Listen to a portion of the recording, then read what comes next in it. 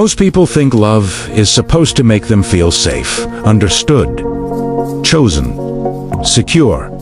But the love that actually changes you doesn't feel like safety at all. It feels like instability, because real love doesn't confirm who you are. It interferes with it. Control is how the ego survives. You control how much you reveal. You control how attached you appear.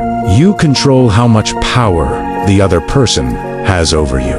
That control creates stability, but it also creates distance. Real love removes that distance. Not gradually, not politely. It puts you in a position where your usual strategies stop working. You can't manage perception anymore. You can't stay emotionally efficient. You can't keep the upper hand, and that's why it feels like losing control. Not because love is chaotic, but because it exposes how dependent you were on control to feel safe. In modern relationships, people confuse control with maturity. They call detachment boundaries. They call restraint self-respect. They call emotional distance strength. But control isn't strength, it's protection. Protection from being seen without armor. Real love makes you visible, not in the flattering way. In the revealing way, your contradictions show. Your insecurities surface. Your unpolished parts stop hiding.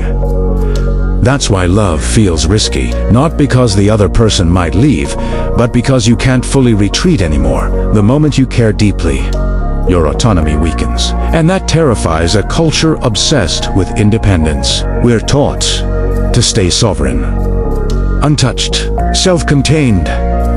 Love violates that. It binds your emotional state to something outside your control. You can't schedule it. You can't optimize it. You can't exit without cost. That loss of leverage feels like danger. So people replace love with arrangements. Mutual convenience, emotional contracts, carefully negotiated intimacy. Enough closeness to feel human, enough distance to remain intact. But real love doesn't negotiate. It doesn't ask what you're comfortable losing.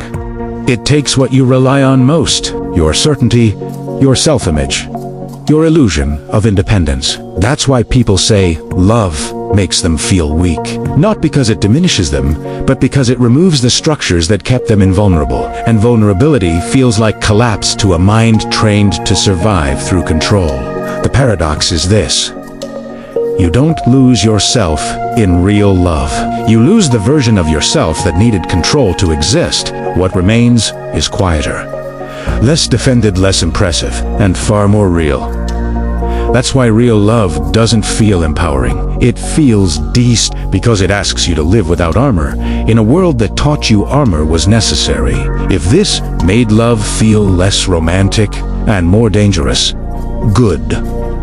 Subscribe to the Mirror Society. We don't teach connection. We expose what intimacy costs.